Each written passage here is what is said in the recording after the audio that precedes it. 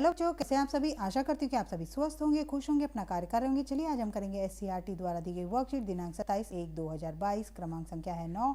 आज की वर्कशीट हमारी रीडिंग अभियान हिंदी कक्षा 4 के लिए है। यहाँ पर ए बी सी आपका जो भी सेक्शन हो लिख लीजिएगा। सप्ताह दूसरा है, विषय थीम परिवार का महत्व। यहाँ पे विद्यार्थी अपना नाम लिखेंगे, यहाँ पे शिक्षक और शिक्षिका का नाम। तो चलिए बच्चों बिना किसी देरी के वर्कशीट शुरू करते हैं। क्या दिया गया है वर्कशीट में?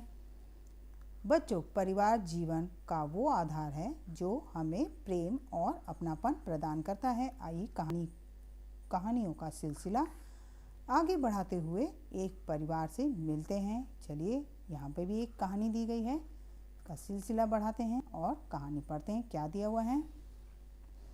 एक बार एक व्यक्ति अपने बेटे के साथ पतंग उत्सव में गया। आसमान में उड़ती रंग बिरंगी पतंगों को देख उसने पिता से कहा कि वह भी पतंग उड़ाना चाहता है। पिता पास ही की दुकान में एक सुंदर सी पतंग और डोरी खरीद लाए। कुछ देर बाद उसकी पतंग ऊंचे आसमान में उड़ रही थी, लेकिन वह खुश नहीं था। वह पिता से बोला कि डोर की वजह से पतंग ऊंची नहीं उड़ पा रही है। हमें पतंग की डोर काट देना चाहिए, इससे पतंग आज़ाद होकर ऊंची उड़ने लगेगी। बेटे की बात मानकर पिता ने पतंग की डोर काट दी। डोर काटते ही पतंग ऊपर जाने लगी, लेकिन कुछ देर बाद पतंग ऊपर जाने के बजाय नीचे आकर गिर गई। उसने पिता से पूछा, पापा पतंग आसमान में और ऊंची जाने के बजाय नीचे क्यों गिर गई? पिता बोले, बेटा तुम्हें लग रहा था कि डोर पतंग को ऊंचा उड़ने से रोक रही है, जबकि वास्तव में ऐसा नहीं था। डोर तो पतंग का सहारा थी, लेकिन उसका सहारा कट गया तो पतंग को मदद मिलनी बंद हो गई और वह नीचे गिर गई। ऐसा जीवन में भी होता है। हमें लगने लगता है कि परिवार, रिश्ते और दोस्त हमें बांध रहे हैं और सफलता के शिखर पर पहुंचने से रोक रहे हैं, लेकिन हम भूल जाते हैं कि परिवार ही हमें ऊंचाइयों पर ले जाने की डोर है। देखा बच्चों, कितनी मज़ेदार थी ना ये कहानी। चलिए आगे देखते क्या दिया है। बच्चों कैसी लगी कहानी? आइए अब कहानी से संबंधित प्रश्नों के उत्तर अपनी कॉपी में लिखते हैं। पहला प्रश्न है, बच्चों आपको पतंग उड़ाना कैसा लगता है? अगर आपको अच्छा लगता है तो लिखिए अच्छा लगता है और क्यों लगता है वो भी लिखिए। कि पतंग मतलब रंग बिरंगी होती है, उड़ाने में मज़ा आती है, इस तरह से आपको लिखना है कुछ। दूसरा देखिए, लड़का पतंग की डोर क्यों काटना चाहता था? ताकि पतंग ऊंचाई पे उड़े और ऊंचाई पे जाए या और ऊंची उड़े, इसीलिए वो काटना चाह रहा था। तीसरा प्रश्न है, लड़के के पिता ने उसे क्या समझाया? लड़के के पिता ने यहाँ पे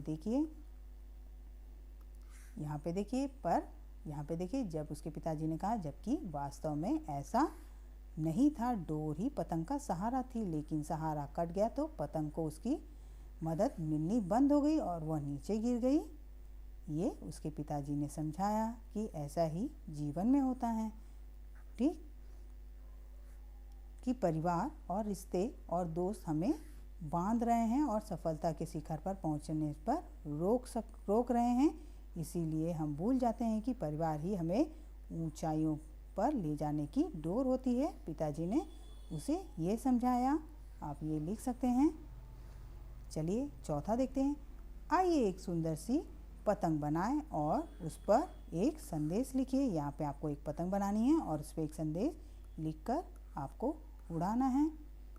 चलिए देखते हैं आगे क्या दिया है। आओ बातचीत करें। प्यारे बच्चों, साथ दिए गए चित्र को ध्यान से देखिए। आपको क्या लगता है कि चित्र में दिख रहा बच्चा क्या सोच रहा है? अनुमान लगाकर उसके संवाद बातचीत को ऊंची आवाज़ में बोलिए और अपने अध्यापक और अध्यापिका को बताएं। यहाँ पे ये देखिए, ये बच्चा है, ये राजू है। ये क्या सोच रहा होगा?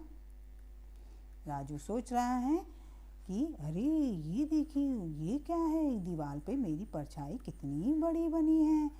मुझे तो यकीन नहीं हो रहा, जबकि मैं इतना छोटा सा हूँ और मेरी परछाई जो है शैडो वो बहुत बड़ी बनी है। ऐसा क्यों हो रहा है? ये डॉल जो है, ये देखिए, ये डॉल भी बहुत बड़ी दिख रही, टेडी बेयर मेरा बहुत बड़ा दिख रहा है। वो सोच रहा है कि ये परछाई क्यों बनी, किस तरह बनी। इस तरह के कोई मज़ेदार संवाद अपने कॉपी में लिखिए, ऊंची आवाज़ में इसके संवाद को बोलिए और अपने अध्यापक और अध्यापिका को बताएं। शिक्षक और शिक्षिका के लिए अनुदेश है कि बच्चों के साथ कार्यपत्रिका के बारे में आवश्यकता अनुसार बातें कर सकते हैं। अभिभावकों के लिए सुझाव है कि बच्चों को बताएं कि परिवार हमें अपनी जोड़ों से जोड़ कर रखता है, इसीलिए हमें हर रिश्ते की कद्र करनी चाहिए। परिवार हमें अपनी जड़ों से जोड़ कर रखता है। परिवार हमें किससे जोड़ के रखता है? अपनी जड़ों से जोड़ कर रखता है, इसीलिए हमें अपने रिश्तेदारों की कदर करनी चाहिए। आज का कोविड का मैसेज है कि अपने हाथों को साबुन और पानी से नियमित रूप से धोएं। नियमित रूप से धोएंगे तो कोरोना भागेगा और हम जीतेंगे। उम्मीद करते हैं कि मेरी वर्कशीट आपको पसंद आई होगी बच्चों। अगर पसंद आई तो लाइक करें, अपने दोस्तों को शेयर करें। अगर आप मेरे चैनल पर नए तो फटाफट से सब्सक्राइब कर दें ताकि आपको नोटिफिकेशन मिलती रहे मेरी हर वीडियो की। अपना ध्यान रखें। Bye bye.